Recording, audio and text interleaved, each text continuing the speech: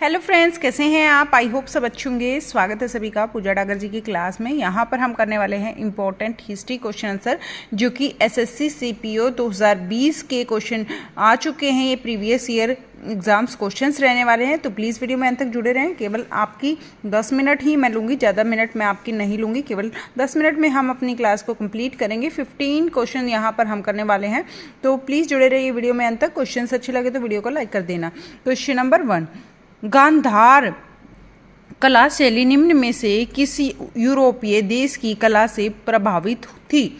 तो ये जो कला थी हमारी गांधार कला, यह शैली थी निम्न में से किस यूरोपीय देश की कला से प्रभावित थी? तो ये यूनान से थी, हंगरी से थी, या फिर बेल्जियम से थी, या फिर इटली से थी। क्वेश्चन नंबर 1 का आंसर क्या रहेगा? यहाँ पर यूनान से प्रभावित थी ये है। ठीक है, याद रखना है। गांधार कला शैली जो थी ये यूनान से प्रभावित कला थी। आगे चलते हैं। क्वेश्चन नंबर 2, अष्ट महास्थान का तात्पर्य बुद्ध के जीवन से जुड़े 8 महत्वपूर्ण स्थानों से है। निम्न में से कौन सा स्थान उनमें से एक नहीं है? तो यहाँ पर 8 स्थानों से संबंध है, लेकिन यहाँ पर इनमें से कौन सा एक स्थान बुद्ध से संबंधित नहीं है? लुम्बिनी, ये बुद्ध से संबंधित है, क्योंकि यहाँ पर जो बुद्ध हैं उनका जन्म हुआ था लुम्बिनी नामक स्थान पर। और रायगढ़, यहाँ पर बुद्ध का कोई रिलेशन नहीं है, क्योंकि यहाँ पर उन्होंने कुछ भी नहीं किया था। और सारनाथ कब में क्या हुआ था? सारनाथ में पहला उपदेश दिया था बुद्ध जी ने, पहला उपदेश सारनाथ में दिया था। और आखिरी उपदेश भी आपको याद रखना है, पहला उपदेश सारनाथ में दिया था, और जो आखिरी उपदेश दिया था वो भी आ सकता है पेपर में, कुशीनगर में अपना आखिरी उपदेश उन्होंने दिया था। और ये जो बोध गया है, बोध गया में बोधि पेड़ के नीचे तपस्या करके भगवान बोध को, जो बुद्ध थे, उनको ज्ञान की प्राप्ति हुई थी। तो बोध गया में उनको ज्ञान की प्राप्ति हुई थी बोध वृक्ष के नीचे। तो यहाँ पर हमारा तीनों से रिलेशन है बुद्ध का, लेकिन रायगढ़ से नहीं है। तो आंसर हमारा बी रहेगा। क्वेश्चन नंबर 3, निम्न में से कौन सा वैश्विक दर्शन महाविद्यालय से संबंधित था? तो निम्न में से कौन सा वैश्विक दर्शन विद्यालय से संबंधित था? तो नागेश्वर था, मंदा था, या फिर चाहुंदड़ो था, या फिर कालीबंगा था? तो क्वेश्चन नंबर 3 का क्या आंसर रहेगा? इसका आंसर रहेगा हमारा यहाँ पर क्वेश्चन नंबर 3 का क्या आंसर रहेगा? तो यहाँ पर जो ऑप्शंस दिए हुए हैं फ्रेंड्स, ये इसमें से कुछ भी नहीं आएगा, तो यहाँ कुछ नहीं रहेगा इसका आंसर। तो इसका आंसर रहेगा कणाद। क्या रहेगा? कणाद इसका आंसर रहेगा। क्वेश्चन नंबर 4 देखते हैं। निम्न में से कौन सा राजस्थान राज्य में स्थित एक परिपक्व चरण हड़प्पा स्थित है? तो इनमें से कौन सा राजस्थान राज्य में स्थित एक परिपक्व चरण हड़प्पा स्थित है? तो ए नागेश्वर, बी मंदा, सी चाहुंदड़ो, डी कालीबंगा। तो क्वेश्चन नंबर 4 का क्या आंसर रहेगा? यहाँ पर आंसर रहेगा कालीबंगा। ठीक है, निम्नलिखित में से कौन सा राजस्थान राज्य में स्थित एक परिपक्व चरण हड़प्पा स्थित है? तो कालीबंगा इसका आंसर रहेगा। क्वेश्चन नंबर 5 देखते हैं। वर्ष 1915 के किस महीने में महात्मा गांधी ने नक्सलवादी क्वेश्चन नंबर 5, वर्ष 1915 के किस महीने में महात्मा गांधी ने नक्सलवादी शासन के खिलाफ अपने सफल आंदोलन के बाद आखिरकार दक्षिण अफ्रीका से वापसी की?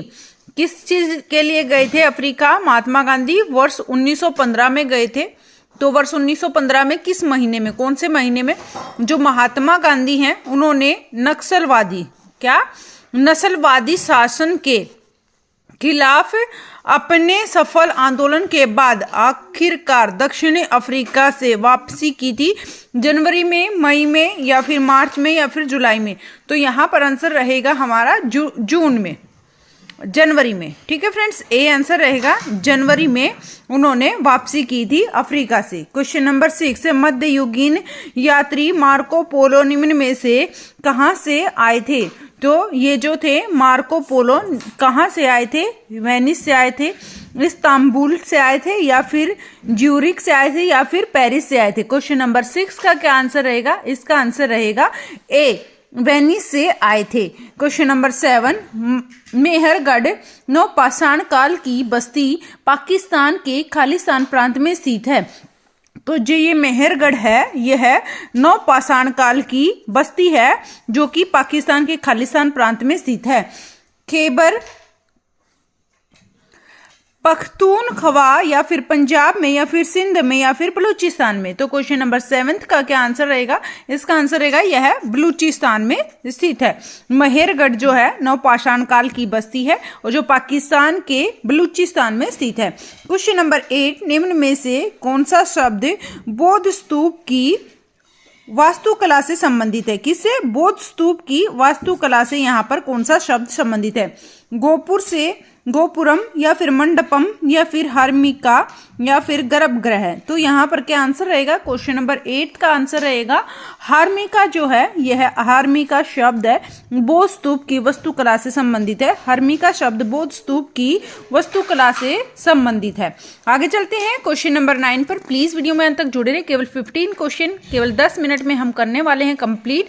तो फटाफट से नेक्स्ट क्वेश्चन देखते हैं। क्वेश्चन नंबर 9, 15 अगस्त 1947 की आधी रात को जवाहरलाल नेहरू ने संसद को संबोधित किया था। उसके बाद संबोधित करने वाले वक्ता निम्न में से कौन थे?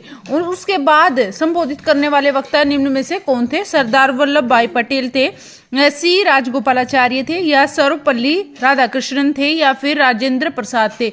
तो यहाँ पर 9th का क्या आंसर रहेगा? इसका आंसर रहेगा सर्वपल्ली। क्या रहेगा? सी आंसर रहेगा सर्वपल्ली राधाकृष्णन। पहले 15 अगस्त 1947 को आधी रात तक जवाहरलाल नेहरू ने संसद को संबोधित किया। किसने? जवाहरलाल नेहरू ने संसद को संबोधित किया। उसके बाद संबोधित किया था सर्वपल्ली राधाकृष्णन ने। आगे चलते हैं क्वेश्चन नंबर 10 पर। भारत का राष्ट्रीय गान जन गण मन पहली बार भारतीय राष्ट्रीय कांग्रेस के खालिस्तान अधिवेशन में गाया था। तो किस अधिवेशन में गाया गया था? यह गाया गया था त्रिपुरी, लाहौर और कलकत्ता या बेलगाम। तो यह क्या आंसर रहेगा? क्वेश्चन नंबर 10 का क्या आंसर रहेगा? यहाँ आंसर रहेगा कलकत्ता। ठीक है, कलकत्ता आंसर रहेगा। आगे चलते हैं क्वेश्चन नंबर 11, निम्न में से किस वर्ष राजकुमार सलीम ने मुगल तख्त पर चढ़ाई की थी? तो किस वर्ष राजकुमार सलीम ने किस पर तख्त पर, मुगल तख्त पर चढ़ाई की थी? राजकुमार सलीम ने 1558 में, 1625 में या फिर 1605 में या फिर 1572 में। तो क्या आंसर रहेगा? क्वेश्चन नंबर 11 का आंसर रहेगा हमारा 1605 में।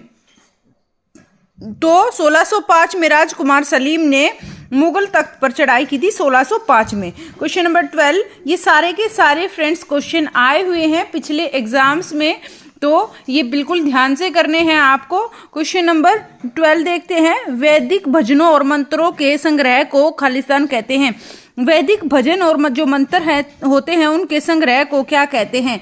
ज्ञाति कहते हैं, विदथा कहते हैं या फिर बाली कहते हैं या संहिता कहते हैं। तो उनको क्या कहते हैं? उनको कहते हैं संहिता। याद रखना है, इंपॉर्टेंट है कि वैदिक भजन और जो मंत्र हैं उनके संग्रह को संहिता कहते हैं। क्वेश्चन नंबर 13 पर चलते हैं। जयप्रकाश नारायण को प्रेम पूर्वक खालिस्तान के रूप में जाना जाता है। जो ये जयप्रकाश नारायण है इनको प्रेम पूर्वक किस नाम से जानते हैं? कि लोकनायक के या फिर राज ऋषि के या फिर देश बंधु के या फिर दीन बंधु के। तो क्वेश्चन नंबर 13 का क्या आंसर रहेगा? इनको लोकनायक के नाम से भी जानते हैं। जयप्रकाश नारायण को प्रेम पूर्वक लोकनायक के रूप में भी जाना जाता है। क्वेश्चन नंबर 14, निम्न में से कौन सा स्तूप स्थल उत्तर प्रदेश राज्य में स्थित नहीं है? इनमें से कौन सा स्तूप स्थल है जो कि उत्तर प्रदेश राज्य में स्थित नहीं है? बरहुत और धामेक या फिर चौखंडी या फिर रामभर। तो यहाँ पर क्या आंसर रहेगा क्वेश्चन नंबर 14 का? क्वेश्चन नंबर 14 का रहेगा बरहुत। ये जो है ये उत्तर प्रदेश राज्य में स्थित नहीं है, स्तूप स्थल नहीं है। तो जो स्तूप स्थल है इनको भी याद रखना है आपको, जो कि उत्तर प्रदेश में स्थित है, धामेक और चौखंडी और रामभर। ठीक है फ्रेंड्स, आगे चलते हैं। लास्ट एंड फाइनल क्वेश्चन हम फटाफट से कर लेते हैं। क्वेश्चन नंबर 15, निम्न में से कौन भारत का पहला पुर्तगाली वायसराय था? तो भारत का पहला पुर्तगाली वायसराय इनमें से कौन था? ए अल्फोंस डी एल्बुकर्क या फिर बी लोपो सोयरेंस,